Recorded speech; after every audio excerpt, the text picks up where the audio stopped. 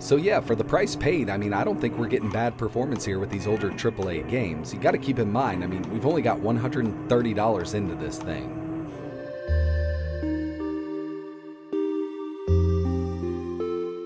What's going on, everybody? It's ETAPRIME back here again. Feeling a little under the weather, so my voice is a little jacked up today, but I really wanted to get this video out because I was really impressed by the performance of this little PC. So in this video, basically what we're going to be doing is putting together a $130 gaming/emulation PC with parts I've picked up on eBay. And when it comes to the price here, I mean, it's really not that bad for older AAA games, and when it comes to emulation, this will actually emulate Wii U and even Nintendo Switch using the YUZU emulator. Now, one thing that really struggled on it was PS3, given the CPU we're using here, but PSP, PS2, you want to do some GameCube and Wii, it's going to handle it just fine. Even 3DS emulation is possible on this system. But before we go any further with this video, I do want to mention that this video is brought to you by URCD keys. I've actually been using this site for a couple years now. They do offer Steam keys, Origin, Uplay. They even offer Microsoft applications like Office, but the main reason that I use URCD keys is for their Windows keys. Right now, their Windows 10 Pro OEM key is $19.84, but if you use code ETA at checkout, you can get 25% off. And another great thing about buying from here is they do accept PayPal. I just did this build here. I need to activate Windows. I'm going to head over to my updates and security. We're going to go to activation. As you can see, I've got Windows 10 Pro, but it's not activated. So I'm going to change product key. I'm going to paste it in here, choose next, choose activate, and Windows is now activated. We're ready to go. My warning is totally gone, and basically that's it. They'll email your code once your payment is processed, and that's basically it. If you're interested in picking up cheap Windows 10 keys for your new PC builds, I'll leave a link in the description. Alright, let's go ahead and take a look at this thing. Now, it is totally possible to put something like this together for $130 picking up parts from eBay, but you might be able to get out a bit cheaper if you keep an eye out for local deals.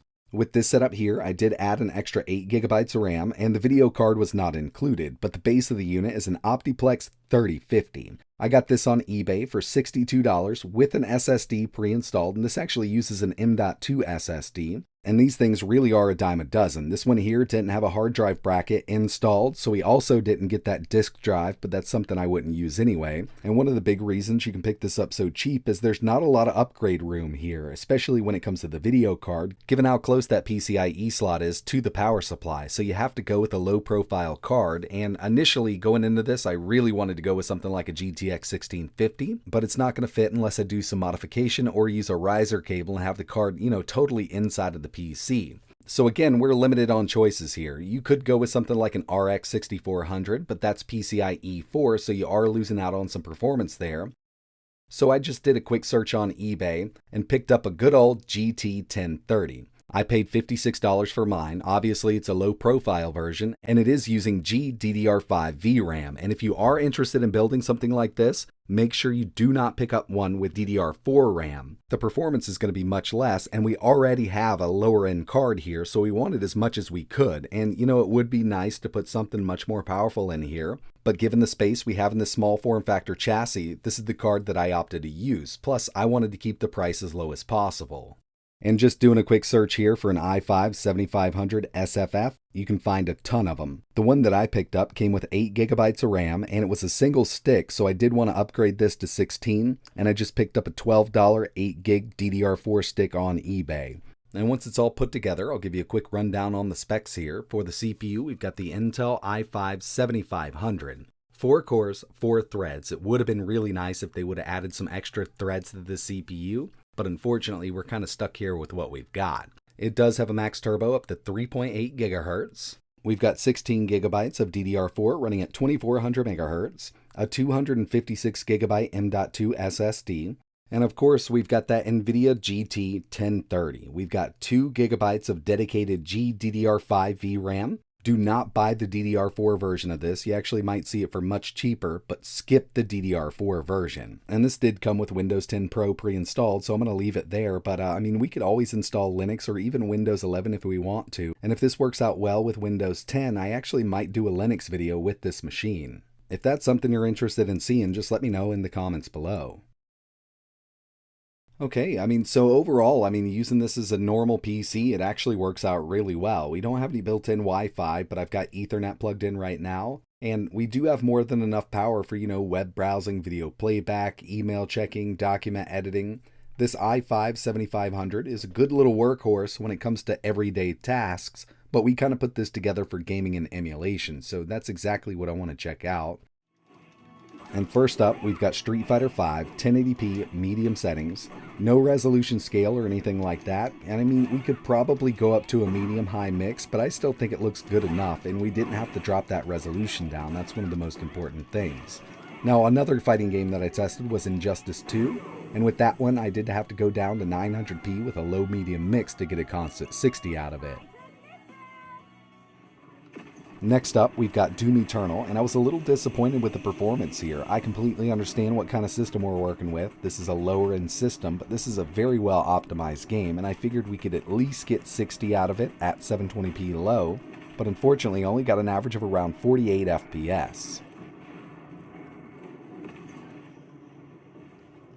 When it comes to GTA 5, I've always had really good luck with this game on this GPU, the GT 1030. Right now, we're at 900p normal settings, which is basically like low for this game. There's really no low settings, it's all normal. And we get an average of 88 FPS. Now, if you wanted to run this at 1080p, we can do it, but I would recommend turning VSync on and just kind of locking it right there at 60.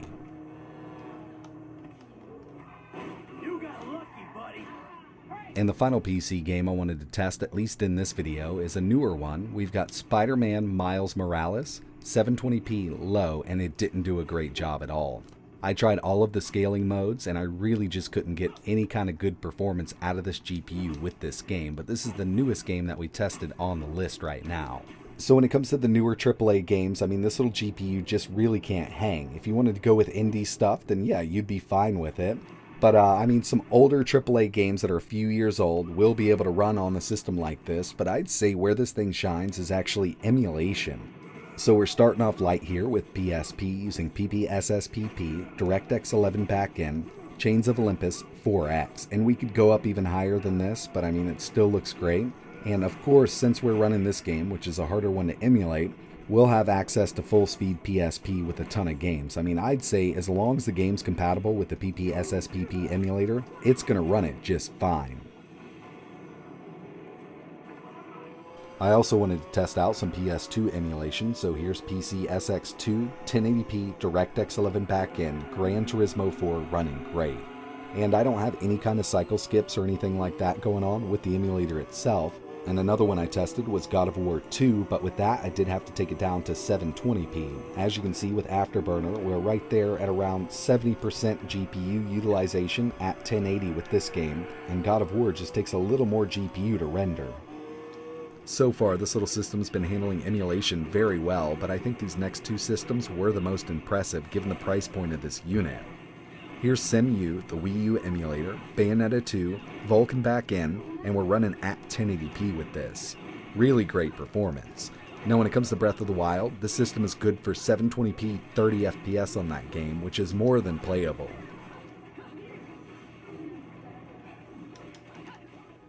And the final thing I tested here was the YUZU emulator, and going into this I actually didn't know what to expect. I had a good feeling that the GT 1030 could keep up with this emulator, but I was a little worried about the CPU. But lo and behold, I mean, it actually runs these games at full speed, docked mode with that Vulkan back end. But yeah, I'd say that this is pretty impressive given that this is one of the newest emulators on the market. And of course, a lot of this performance comes down to the development of YUZU. They have done such an amazing job with this, and seeing it running on a $130 budget PC is pretty amazing. So overall, a machine like this is going to struggle with newer AAA games, and I kind of expected that going into it, but given the price at $130, if you know what you're getting into, I think it would be well worth it. It would work out as a secondary PC for everyday normal tasks. As you saw, it's actually offering way better emulation performance than I ever thought. Older AAA games and indie games are going to run phenomenally on this, and if you just wanted to build something like this for Roblox and Minecraft for the kids, then it's also going to handle those games no problem at all. So after seeing what kind of emulation performance this thing put out, I will be doing a dedicated video. I think turning something like this into a nice little emulation setup would be perfect, especially given the price and the form factor. This would be great for an arcade cab or even a pinball machine. But the big question is, are we going to be running Windows or Linux, depending on how we have it set up? So, if you do want to see Linux emulation on this, let me know in the comments below. But that's going to wrap it up for this video. Really appreciate you watching. If you're interested in putting something like this together, I will leave some links in the description.